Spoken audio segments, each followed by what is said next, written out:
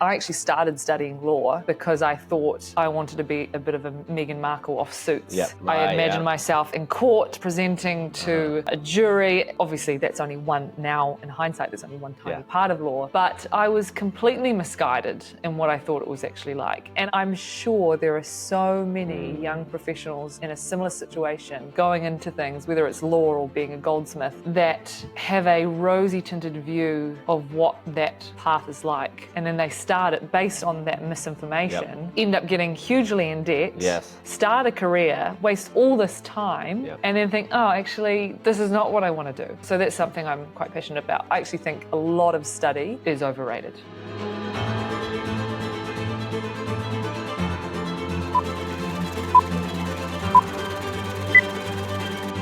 Awesome. We're ready? We're ready to go? To go. Okay. Yeah.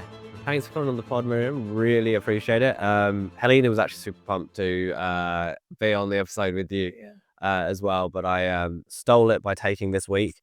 We are moving to two people per podcast, but we will still do podcasts together. So that'd be cool, because I actually found that a lot of times I was actually just sat there and Helena was just doing all the work, and I was like. And to be honest, when I was watching, I watched a couple of them before I came, I was thinking, oh man, like as the guest in the middle, you're doing the tennis match thing where you're not sure who to look at. So this is much easier. Cool. So far so good. Yeah, and Sam, our editor and chief of staff, he will be very happy with that. Much more simplistic. Yeah. He said that so far he's got it down to 3 hours post-production from 8. But I think we can get it down to an hour, which would be amazing. That would be incredible. But yeah, thank you so much. I've obviously looked at a lot of the content you create and the work you do, and looked at a bit of like your background. So I thought it would be a really cool podcast for our guests. Perhaps we can spend quite a bit of time on kind of what you're really good at, because I think a lot of people could do with help in that area. But just kind of to set the scene, why don't you introduce yourself a little bit? And kind of tell us what you're up to, and Yeah, great.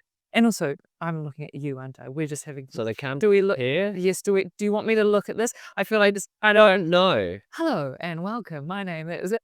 But maybe that'll play in. Yeah, just sort of do it. It'll be great. That feels more natural. Yeah.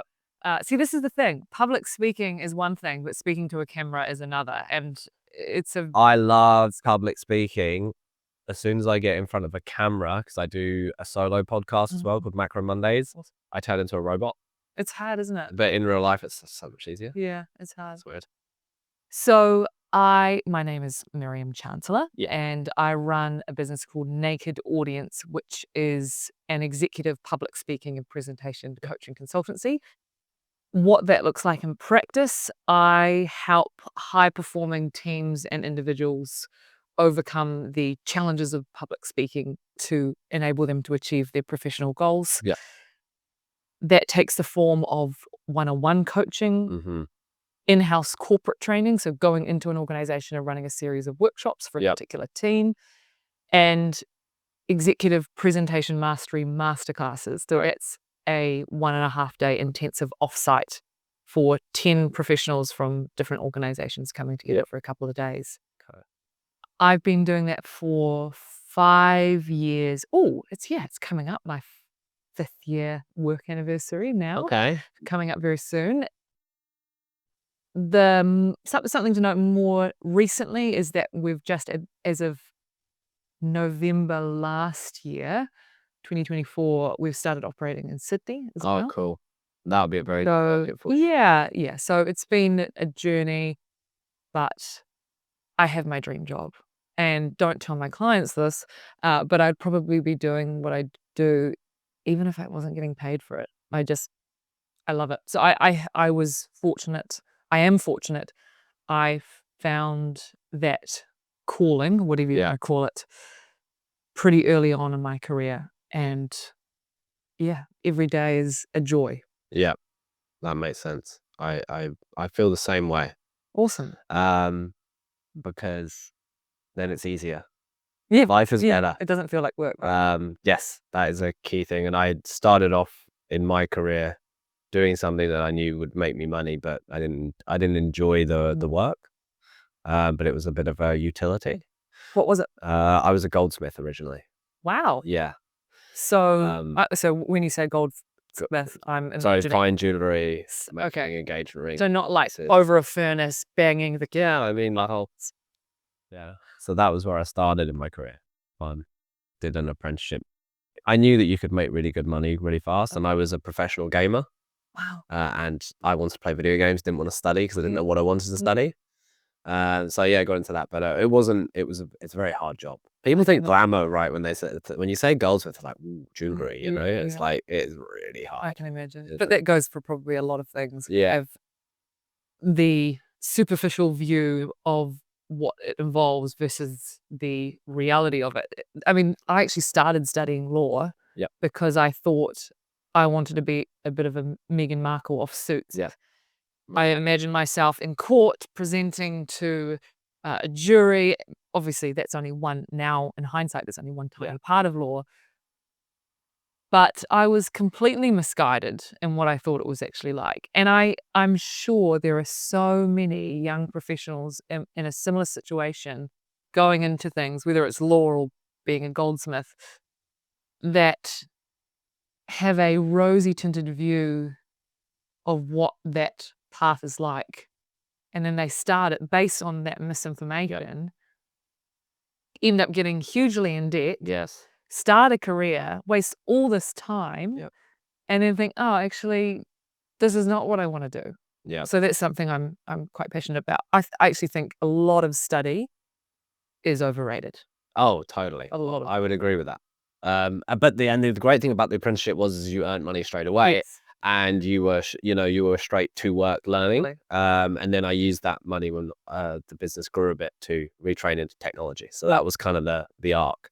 And like you say, I didn't need to go and do any formal education. I just kind of muddled through it myself and then learned from doing. I joined a startup after that. Awesome. And that's where I got my hands on experience building the first product, right? Or the first products I was building. Wow. And that was obviously I think it was like 18 months or something. Yeah. Much shorter than 4 years. Yeah. And applicable.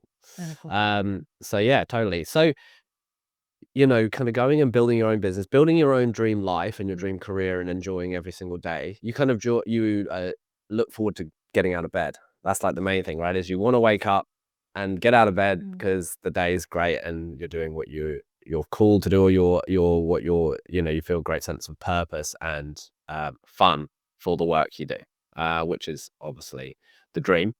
And sorry, just to stop you there, I'm just hearing the words of Mary Poppins as you say fun, because my son, who's 1 year old, he's nearly 1, his favorite song at the moment is A Spoonful of Sugar. Oh, really? That's hilarious. But I was just listening to it this morning because he loves it. And she starts the song by saying, in every job that must be done, there is an element of fun. You find the fun and the job's a game. So anyway, I just, as you said that, I thought, actually, yeah, it's finding the fun, finding the joy in what you do so that it doesn't feel like a job. It doesn't feel like a chore. Who knew Mary Poppins had such good business wisdom? Yeah. Anyway, I cut you off there. No, that was awesome. That was a great tangent. So, you obviously started your career. You went out on your own pretty quickly then. Yes. Because we were just saying that it was the 5th year anniversary coming up, 6th, 5th. Yeah. I was a young buck. Was there a moment before that then kind of created that? Because, for me, it was actually, for me, it was unexpectedly getting pregnant. I didn't get pregnant, but that kind of shifted my worldview quite considerably. So was there a moment for you prior to starting the business that prompted me to make that decision? A couple of things. Probably the most defining point was through Toastmasters. I was president of Auckland Toastmasters. Saw that. And I was asked to run a workshop for an organization called Women in Architecture. I know nothing about architecture, but this is what they run events for their members. And I put a lot of work into this workshop because it was my first public workshop. And I was there somewhat with my president's hat for Toastmasters on, but also kind of there as Miriam Chancellor. And I really wanted it to go well, so I put a lot of work into it. And because it was a public event, my husband came along, even though it was a women's event. He was one of the few men in the audience. And he's someone who is very analytical, very logical, very deliberate with his words, and he means what he says. Yep. And so naturally, I was quite anxious about finding out what he thought of the workshop following it. I remember asking him at the end, and he kind of paused for a moment and he said, "It was so good, you should probably be doing it for a job." Oh, okay. And I was like, So around that time, COVID was just starting to pick up. I was on a contract at Saatchi & Saatchi, which was naturally going to be coming to an end. So I had a decision to make. Did I let that contract lapse and go into start a business around public speaking coaching, or did I try and find employment elsewhere? Now, the fact that we were starting to go into lockdown would have made the employment option probably difficult. I don't know. I never really actually considered it, but I thought, you know what? Now's the time to give it a go. And fortunately at this time, and this might be worth something to unpack, because this prior experience has influenced my, and by extension my husband's, perception of wealth and all this. But we were at the time full-time house sitters.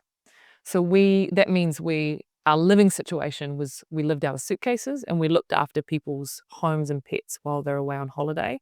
And so we moved from location to location, moving about, on average, once a month over the course of a year. We did that for 4 years. And that prior to COVID? Prior to COVID. Right. And so when I was thinking about starting Naked Audience, a lot of hesitation people have when they think about starting a business is, how am I going to earn money? It's hard to earn money straight away when you start a business. Totally. Fortunately for us, one, I was married, so my husband was working and he had a salary.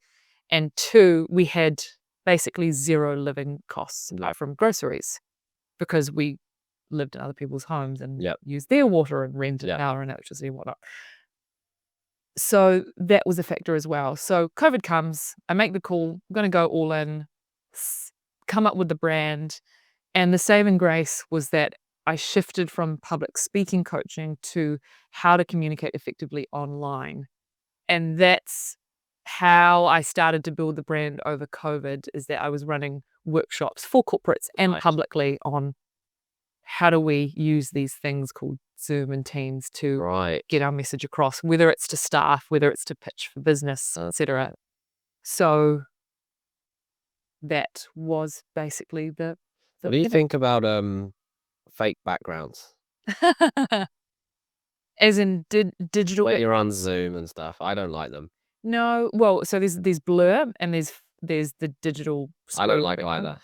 Personally, I don't like either. And the reason for that is because I can't help but think, when I dial in online and see someone's digital background, I think, what are they hiding? Yes. You know? So I often say to people, unless your background is absolutely distracting, messy, whatever, choose a natural background, because I think it does communicate a sense of openness and vulnerability. And you have an opportunity, I think, like my office and my study, where I spend a lot of time doing calls. I spent so much time making it like awesome. You know what I mean? The background. Yeah. What have you got? What have you got on? I mean, my wife's an artist, so she's a professional artist in Auckland. Awesome. But I have. So you've got some of her art on the wall? Got some of her art that she's created. I've got my jiu-jitsu purple belt certificate. I've got an NFT that I got printed onto a canvas. Very cool. That's my online kind of image. Awesome. So I bet these are great conversations. And my dog as well, because there's a couch behind the backdrop which has a lot of art on it. And your dog sits. And then my dog leaves from behind, or standing up and barking when someone goes past the house. But yeah, I mean, it's just an opportunity, isn't it, to really kind of communicate without words, but with your environment, kind of who you are and what you're about. Absolutely. A little bit. Yeah, that always, I don't know, it's a pet peeve of mine, maybe. Because like you say, it's like, not what you're trying to hide, but just show me your true self, actually. Exactly. And I don't mind if it's necessarily messy, but it is, like you say, an opportunity, or like I say, it's an opportunity. Everything is an opportunity to communicate. And when did you know that? Because obviously you started a job and a business about communicating. So obviously you must have been good at communicating prior. So that was from Saatchi and Saatchi where you got that? No. Or So were you always a great communicator? Unfortunately, I don't have a great hero story of, I was once a Terrible communicator. full public speaker and I faced my fears. I help my clients do that and experience that journey. But and if there are any parents listening, and I can give parenting advice now that I have my own child. I started really young. So my mum got me into this extracurricular activity called speech and drama. Okay. And I took lessons outside of school, and like music, pursuing a musical instrument, this was something you set exams for every year. You rose up the grades. And so I have my diploma in speech and drama, which I achieved in my last year of high school. Now, what that does is it taught you how to speak well and form your words accurately in a non-sloppy manner. But possibly more importantly, or equally importantly, it gave me the practice. I had plenty of opportunities to speak or perform in front of an audience. And anyone that's done drama or theatre, or even music for that matter, will have had this experience as well, where once you get used to performing or presenting in front of an audience, it does get easier. So by the time I left high school, I was already reasonably confident. As well, I did classical piano all through school. So between the music and the speech and drama, I was reasonably confident. I then joined Toastmasters, which helped refine those skills. And then from there, we lead into the story I just told. Can we go to Toastmasters quickly? Just because selfishly, I want to learn more, because we're, I guess, trying to position Acuity going forward as a club that is trying to help enhance your full financial well-being and your kind of full wealth picture. And a lot of wealth is not about transacting; it's about design and big decisions where you don't need to kind of consider, oh, what insurance do I need? But actually you need to think, okay, this contract's coming to an end. My husband is working full time and it might be a great opportunity for me to start on my own, but I have so many questions and fears, and you might need someone to bounce ideas off of, especially if they've got some experience in doing that. And a part of kind of our membership model will be, or is intended to be, experts. And we kind of define them by two things, financial and non-financial. So for example, Helene is a health coach, and she is one of our experts. Awesome. So as a part of the membership, you can just book in and see a health coach, because actually that's a big part of your wealth. Cool. But it also might be someone that sold their business in a specific area, and you just want to understand, okay, well, someone's approached me and I, don't know, I've never done that. Yeah, sure. As well as, advice when you need it. So engendering a club and a membership and a vibe for the long term, how do you think that's done well? I'm not sure I'm even the best person to ask about that. That's okay. But you were there. So what? I was there. In terms of what made Toastmasters work as a club,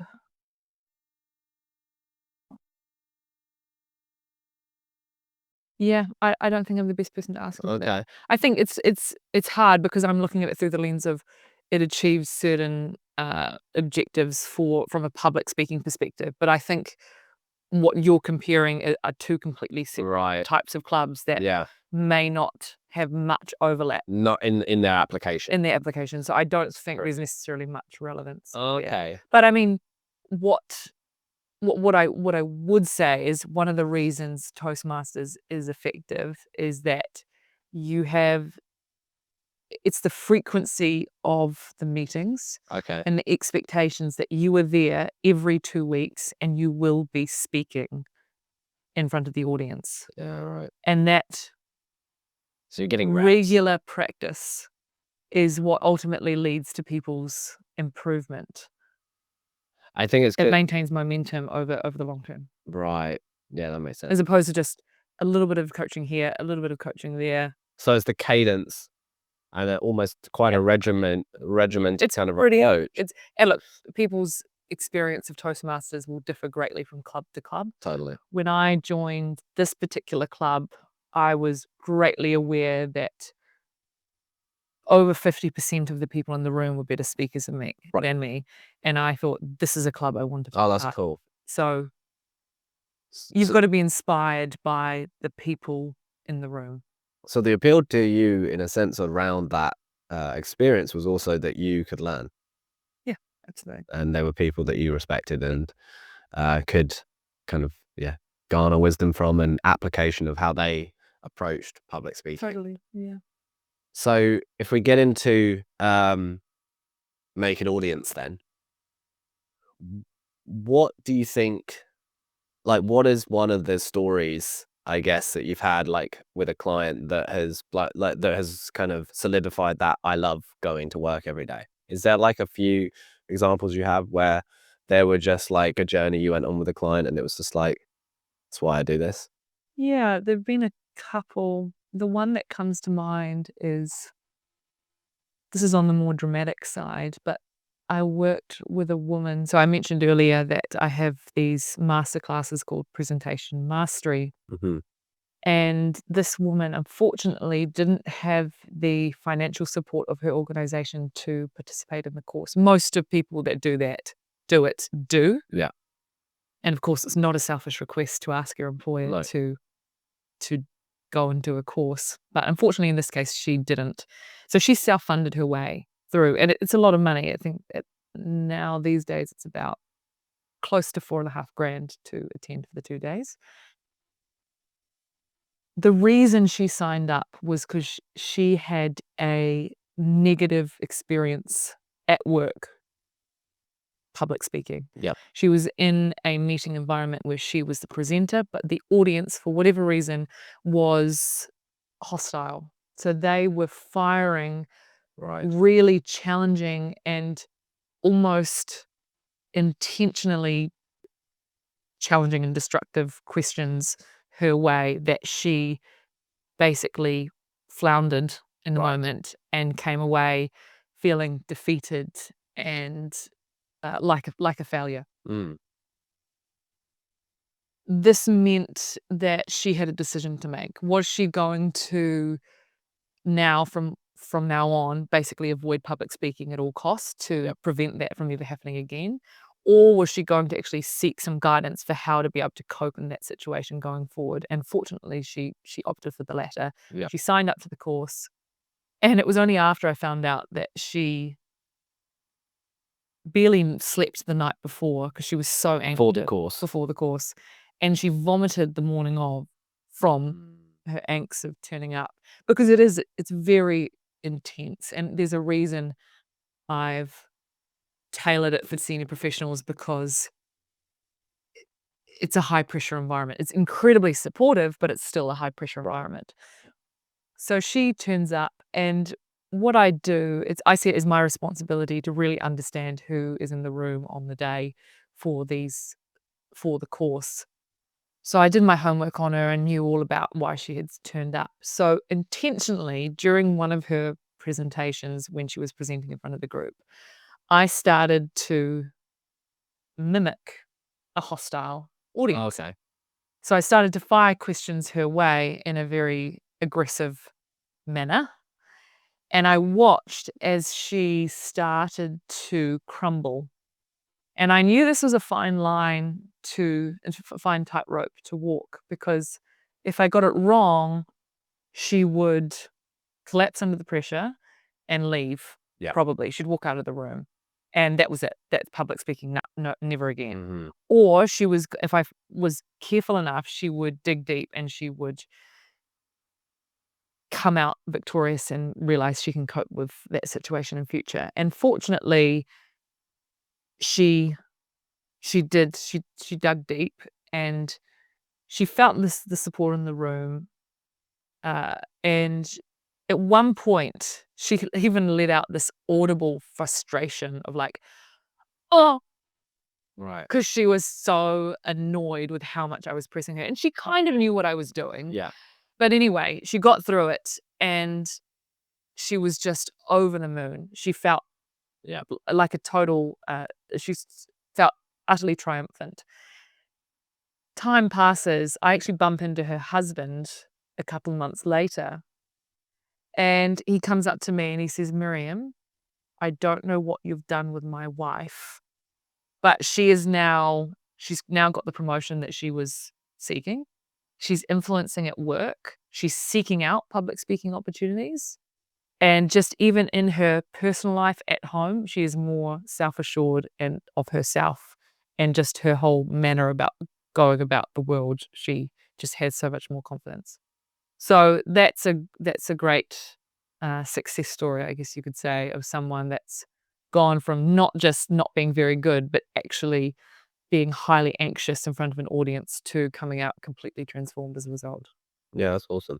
And do you focus on like basically the, I guess what I would call technical skills of public speaking and communicating, or do you also help people explain their story? You know, like I think about it a lot at the moment where I'm quite a application focused person. So if I'm describing what Acuity is, perhaps I'm explaining the 50 reasons why technically we're better, but actually, you know, perhaps there's a more conceptual way to get the message across that I'm trying to understand and hone at the moment. So would you say, like, if you were to maybe, what percentage is technical versus like, I guess what you're saying, less how you're saying or how you're presenting?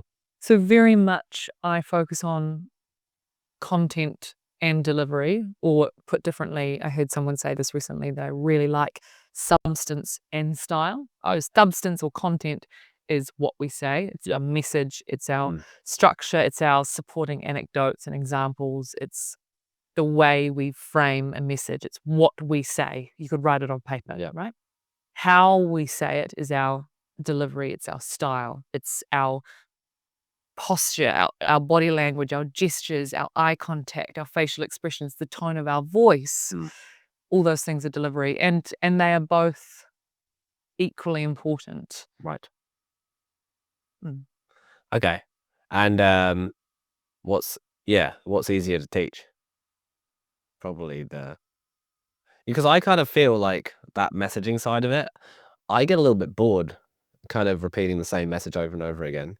But I assume that's probably a better way to approach something if you're trying to build on an image and a brand and a kind of repetitive but consistent like message that you're trying to convey in market or whatever it is. But then, you know, as someone that likes to go off the cuff a little bit, perhaps that's to my detriment potentially in some scenarios, or could be. So can I just paraphrase that? So you're asking if it's good to have a consistent way of explaining things. Yes, and look, I find myself in a similar position, and anyone in sales, and arguably we are all in sales, will find themselves in this situation where they are having to give the same spiel, the same sales pitch for what it is they do or they're offering. And I have that with what I do. And that's fine to have consistent messaging. I think consistent messaging is important. I mean, you've obviously arrived at that specific messaging for a reason, right? The challenge is, how do you keep it fresh? And what helps me, because I find myself, sometimes I'll be on the phone or an online call or even meeting someone, and I'll find the words just kind of coming out in a very automated way. But I try to remind myself, one, this is the first time this person is hearing this information. Okay. Two, really think about the words that you are saying. Like, genuinely think about how you're explaining it, the meaning, the connotation behind those words. And three, allow flexibility where you can. In other words, change up the wording where possible. That's why a specific script that you absolutely adhere to every time is not a good idea. That will quickly become stale and it will be less likely to land with the person I'm speaking to. So what I tend to do is I only give the sales pitch once I've found out a lot about the person I'm speaking to, right? So that when I come to the pitch about the proposed offering or the proposed solution to their problem, I'm able to personalize that and swap out certain words or phrases so that they are personalized to that person's specific needs. For example, I had a call with someone in Australia end of last year who's thinking about coming to my Sydney masterclass. And usually as part of the Sydney masterclass sales pitch, if you will, I will talk about the transformation of the public speaking side of things and how much more of a confident speaker you'll come out of the course being. But during my questioning, I discovered that this guy, he was really young. It was really important for him to build his personal and professional brand. And he was really into networking. He obviously wanted to develop his speaking skills, but he also had these other priorities. So when I came to deliver the message, I started to play up certain features of the masterclass, like the fact that you'll come out with a professional set of photos, like you're going to be in the room with 10 other high performing professionals. So from a networking perspective, it's really ideal, etc. Had I not done that questioning, I wouldn't have known to frame it that way. And those features that I mentioned to him, I might not mention at all to someone else because you've only got a set amount of time, right? And the goal is not to overwhelm them with information. It's to spark their curiosity. It's to make them want to ask follow-up questions and make them want to find out more. The goal is not to give them everything they need to know. Yes. Yeah. No, definitely. I'm percolating on that a lot at the moment. So as Awesome. super pumped to chat to you. Awesome. Because I can learn a lot. So what would success for Naked Audience be like if we fast forward from 5 years? You've obviously just started to expand to Australia. Australia, in my opinion, would probably be a market that's exponentially better than here potentially. Bigger, that's for sure. It's bigger, and I think there's a focus on perhaps that image, that professional image, perhaps more so in Australia, at least from my experience going there and kind of observing the market. It's a market that we at Acuity are very excited about. Awesome. In terms of going there. We actually think that's our best market. Awesome. So we're playing here, but in the not too distant future we'll be in Australia for sure. And it's super interesting market, super vibrant. The place is building up very quickly. It's always just there's a tone about the environment and the kind of, I guess, the trying to push forward or trying to excel that I think kind of, at least from my visits, kind of stands out. Totally. So your question, just to clarify, what is success look like for Naked Audience in 5 years? What does that look like, or what does it just look like in 5 years if you had your way? Yeah, and maybe there's two ways of teasing this apart, because there's success of Naked Audience, and then there's what do I want to gain personally from that success of the business. The success for Naked Audience would be a presence in Sydney, Melbourne, and Brisbane. It would be running masterclasses, which are my premium offering in all those locations, multiple times a year. At the moment, I run about 6 or 7 in Auckland annually, and about 2 in Sydney. So I'd like the majority of my time to be spent running masterclasses, because ultimately they're when I'm having the most fun. They're also, they're probably the most effective form of training. They get the best results in the shortest space of time with lasting effects. So have you ever read the book Stealing Fire?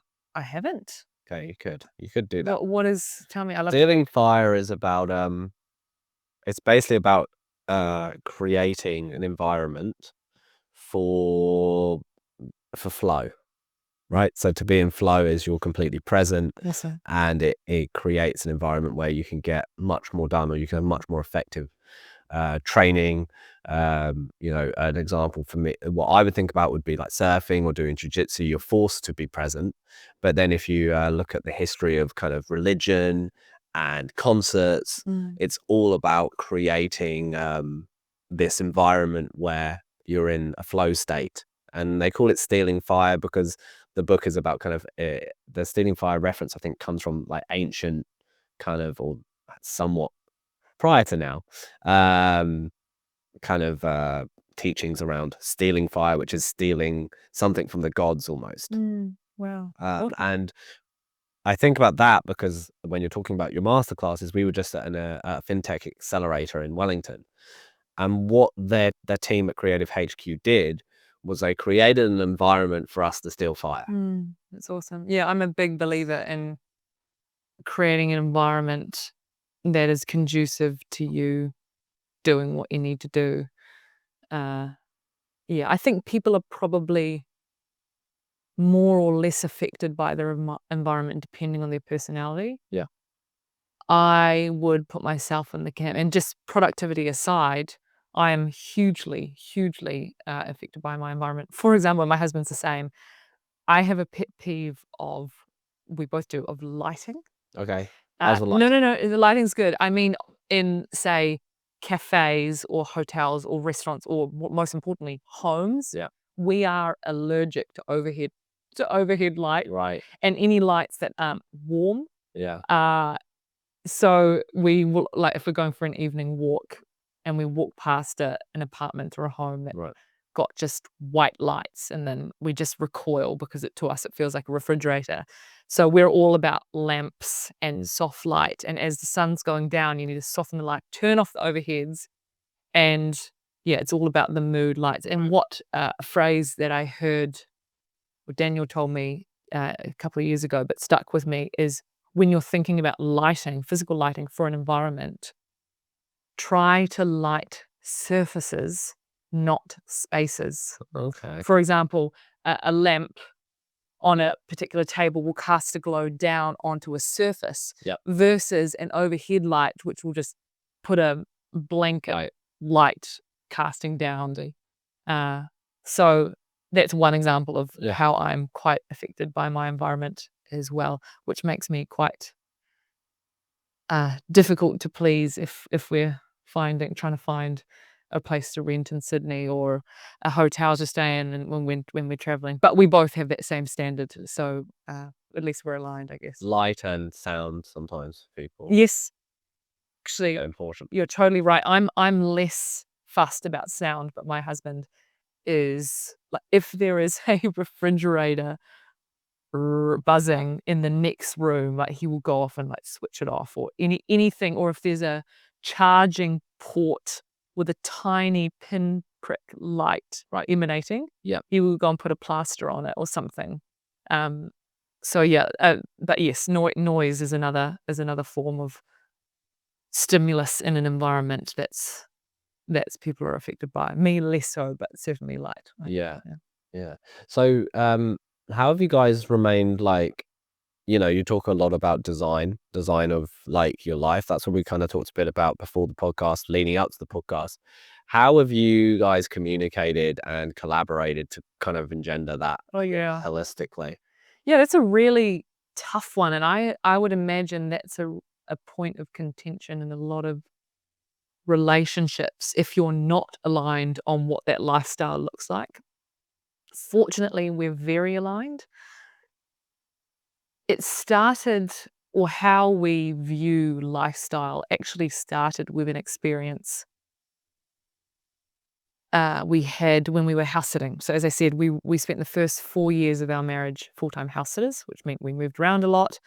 But what it meant was we were basically living a multi-millionaire lifestyle, because the homes we would stay in were often very beautiful homes in Parnell and St Mary's Bay and Herne Bay. So you could say that even though we didn't own these homes, we were living the lives of multimillionaires. And it made us realize what you actually need and what's actually important. And one of the revelations that came out of that was everything has a novelty curve. So you think hypothetically, you look at your mate who's just bought the brand new Tesla model, whatever it is. It's interesting you used Tesla there. I thought you were going to. You thought I was going to use Tesla? Yeah. Oh, funny. It just shows how their brand has kind of elevated over time, right? And I think maybe 10 years ago or 5 years ago, you'd have said BMW. Oh, or BMW, Audi, whatever it is. But yeah, that's so your friend has the brand new model, and you think, oh wow, this is so cool. I'm going to aspire to do this, and you start saving up to buy this car. It's this big deal. It's in your mind every day as you put money aside. Finally, you go to buy the car, and it's amazing. It's everything you wanted. Yeah. For 2 weeks. Right. Well, whatever it is. Yeah. And then, but I tell you what, everything has a novelty curve. So over time, you've got the Tesla. Well done. But over time, you just get used to it. Yeah. And we found this experience with these homes that we would stay in, that you walk into this mansion in St. Mary's Bay with floor-to-ceiling glass, looking out on the harbour bridge, and you think, oh my goodness, we've hit the jackpot. This is amazing. This is our home for the next 3 months. This is incredible.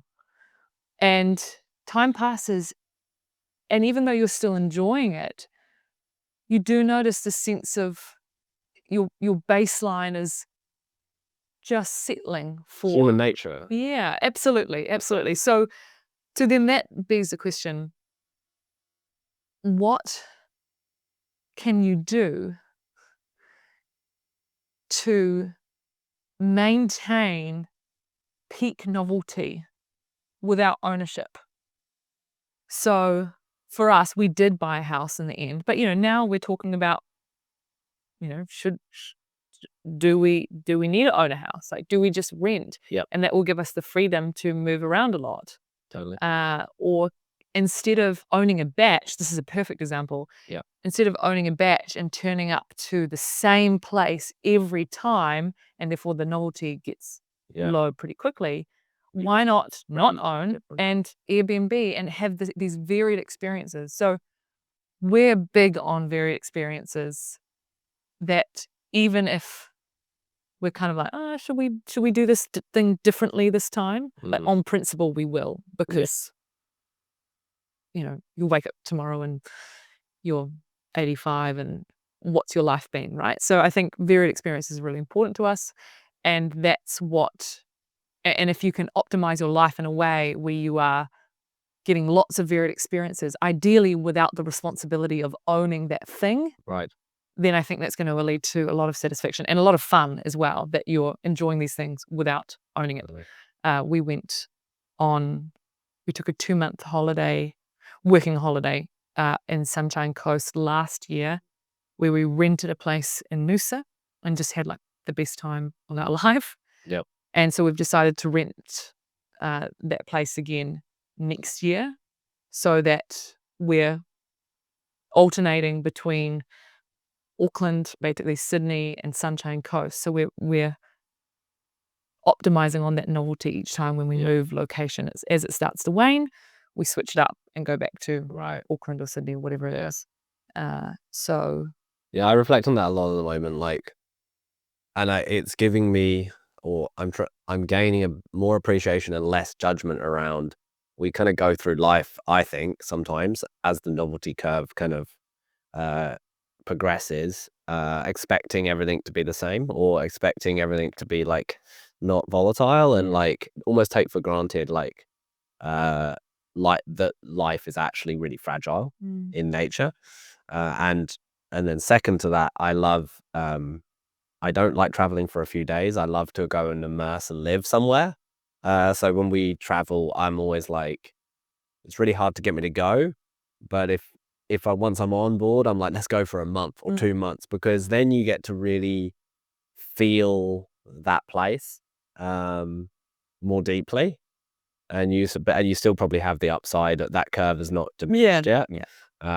So yeah, I love kind of that idea. We talk about going to Portugal for 6 months a year, and have discussed do you buy Yeah. a place in Portugal, or and I've done the maths a lot, and around renting is like so much more economic than people will let you believe. I have this rule where I would only ever buy if my rent was cheaper than the interest I'd be paying, which is a really easy way to think about it. And when it's even, there's you're not taking into account the other costs around insurance and everything else. Of course. And just the burden of responsibility and having to maintain this place and always thinking about it. I think that's the amazing thing about renting or Airbnb or equivalent is that you lock up and you leave and it's someone else's problem. Yeah. As much as I can make things someone else's problem, I think, that's great. I heard something recently that went something like, every purchase you make, your attitude towards it should be that this purchase is a lifelong burden or responsibility or something like that. And in other words, do you really want to take that responsibility on? My granny, bless her, she and we live in a different generation now, but she was obviously of the generation that when something breaks, you don't throw it away, you repair it, or in her case, perhaps you put it to the side to have it repaired. But over time, she lived in the same home since it was her husband's home since 1928. And when she married him, they moved into that house and lived there up until a few years ago. So that was like the family home. But there's just so much stuff, like when it came to clear out the house, so much stuff. And that's very typical for that generation, right? Especially, and for anyone, when you live in a location for long enough. Try living with an artist. But I can imagine. So we are just quite selective in terms of what we own and what we take on. And house sitting taught us that it's really liberating to live lightly. That's a good little phrase. It's liberating to live lightly. I love alliteration. That's good. So yeah. And I agree. I can't quite get that in operation, especially with 3 kids. Yeah, I can imagine, and I'm finding now that we have a child, it is much harder. Especially because people give you stuff, and like we were just talking last night about the fact that James's birthday is coming up, and we want to say to people like, please, no gift. Like we don't want any more stuff. Just save the money, save the hassle. Totally, and save the space. Because and you can get carried away with, or you can find that there's a lot of getting carried away around kind of Christmas and birthdays around gifts that, like, my kids love to at the moment they love to play outside and take things outside. I'm constantly having to remind them that things that go outside, especially in New Zealand where it rains a lot, gets wet. Yeah. When it gets wet, it gets moldy. Yeah. Like what? What's an example? I mean toys, but sheets or things, because there's a game going on and the dolls need a quilt or something. Yeah. So and then also conversely playing water games in their bedroom. Oh yeah, that's what's kind of happening at the moment, and I'm kind of like doing the outside is for water, inside is where we keep things dry, and then nothing gets moldy. That's ideal. We don't want things getting gross, because kids don't see that it's gross, and then they'll play with it anyway, and then they'll get sick. That's cool. There's a cool question we ask sometimes, and we're asking it more, and it's from a performance coach that we interviewed on the pod, and he said, I ask people rather than what you want 10 years, because I asked you the question, what does success look like in 5 years for naked audience? And now I go, well, what do you want the last 10 years of your life to look like?